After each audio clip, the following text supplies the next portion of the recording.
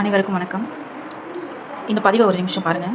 ஒரு அழகிய கிராமத்தில் உணவு பஞ்சமோ தண்ணீர் பஞ்சமோ இது வரைக்கும் வந்ததில்லை.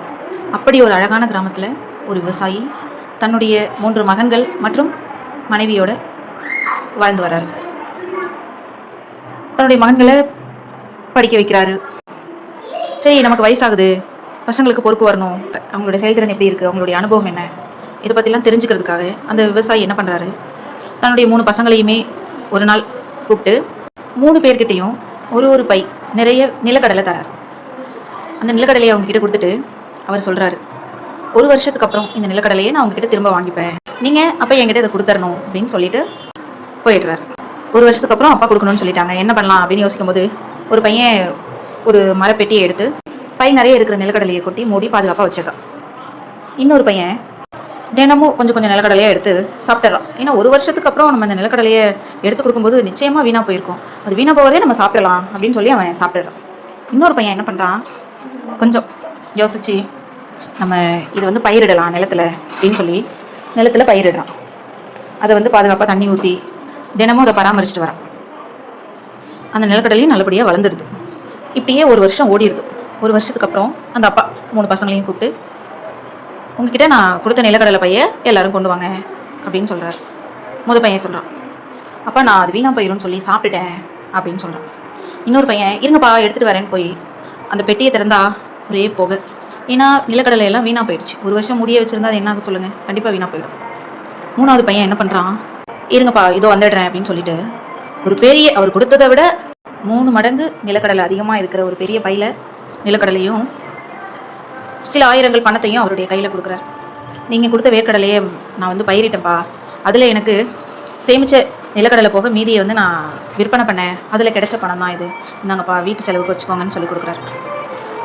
அந்த அப்பாவுக்கு ரொம்ப சந்தோஷம். இப்படி ஒரு பையனா, நம்ம நிலக்கடலை திருப்பி கொடுக்க சொன்னால் இவன் பணமும் சேர்த்து கொடுக்குறானே. இரட்டிப்பு மகிழ்ச்சி, இரட்டிப்பு லாபம், இரட்டிப்பு சந்தோஷம். நண்பர்களே, ஒரு விஷயம் தெரிஞ்சுக்கோங்க. இந்த கதை மூலமாக நான் என்ன சொல்ல வரேன்னா, நம்ம தேர்ந்தெடுக்கிற நம்ம நாட்டு தலைவர்களும் முதலமைச்சரும் இப்படி தான் 5 வருஷம் நம்மளுடைய வாழ்க்கையை தான் அவங்ககிட்ட நம்ம ஒப்படைக்கிறோம். அப்படி ஒப்படைக்கும்பொழுது சில தலைவர்கள் என்ன பண்ணுறாங்கன்னா, நல்ல முன்னேற்றத்திற்கான ஒரு வழி வகுக்கிறாங்க. சில தலைவர்கள் என்ன பண்ணுறாங்க, அவங்களுடைய தேவைகளை மட்டுமே பூர்த்தி செஞ்சுக்கிறாங்க. அந்த 5 வருஷம் அவங்களுடைய தேவை என்ன, அவங்க குடும்பத்துடைய தேவைகள், உறவினருடைய தேவைகள், அவர் பிள்ளைகளுடைய தேவைகள், இப்படியே அவங்களோட 5 வருஷ பயணத்தை அவங்களுடைய சுய லாபத்துக்காக முடிச்சிடுறாங்க. சில தலைவர்கள் என்ன பண்ணுறாங்கன்னா, வீணாக்கிறாங்க. இந்த பையன் நிலக்கடலையை ஒரு பெட்டிக்குள்ளே போட்டு வீணாக்கினா பார்த்தீங்களா, அந்த மாதிரி நம்மளுடைய வாழ்வாதாரத்தை 5 வருஷத்தில் முன்னேற்றன்ற பேரில் என்ன பண்ணுறாங்கன்னா, பின்னோக்கி தான் நம்மளை கொண்டு போகிறாங்க. நம்மளுடைய பொருளாதாரம் இருக்க சரிகிற அளவுக்கு தான் அவங்க நம்ம நிலைமையை வச்சுருக்காங்க. மனிதர்கள் எல்லாருமே வாழறது, சம்பாதிக்கிறது 3 வேளை சாப்பாடு தாங்க. எப்படி நீங்கள் பார்த்தாலுமே கடைசியில் நிற்கிறது அந்த 3 வேளை சாப்பாடு. நல்லபடியாக உழைச்சா கூட அது நிம்மதியாக சாப்பிட்றதுக்கான ஒரு வாய்ப்பு நமக்கு அமையறதில்லை. தேவையான பொருளாதாரம் நம்மக்கிட்ட இல்லை. அப்போது நான் இந்த கதை மூலயமா உங்களுக்கு என்ன சொல்ல வரேன், தேர்தல் முடிஞ்சிடுச்சு, நல்லபடியாக ஓட்டு போட்டிருப்பீங்க. இனி வரும் காலங்களில் இலவசத்தை நம்பி ஏமாறாமல் 1000 ரூபாய் இல்லை, அவர் 3000 கொடுக்குறாரு, இல்லை அவர் 5000 கொடுக்குறாரு, 5000 வாங்கிட்டேன், அவர் எப்படி ஏமாற்ற முடியும், அது தப்பாயிடாதா? நிச்சயமாக அது தப்பாக ஆகாது. 5 வருஷம் நம்மளோட வாழ்க்கையை கொடுக்குறோம். மக்களால் தேர்ந்தெடுக்கக்கூடிய ஒரு தலைவர் மக்களுக்காக என்ன செய்கிறார் சொல்லுங்கள்? எதுவுமே கிடையாது. கஷ்டப்பட்டு நம் முன்னோர்கள் வாங்கி கொடுத்த சுதந்திரம் இப்போ நாட்டில் இருக்கா சொல்லுங்கள்? ஒரு 12 மணிக்கு ஒரு 2 பெண் குழந்தைகள் நடந்து நிம்மதியாக வீடு சேர முடியுமா? இல்லை அவங்க வெளியில் போயிட்டு வர வரைக்கும் பெற்றோர்களாகிய நாம் நிம்மதியாக வீட்டில் இருக்கோமா?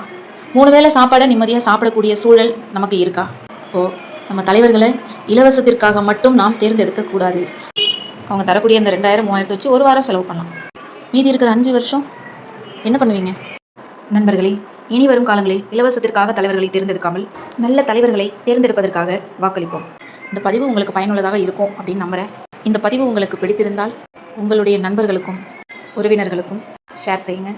இது போன்ற பயனுள்ள தகவல்களுக்கு நம்ம சேனலை சப்ஸ்கிரைப் பண்ணிக்கோங்க. நன்றி, வணக்கம்.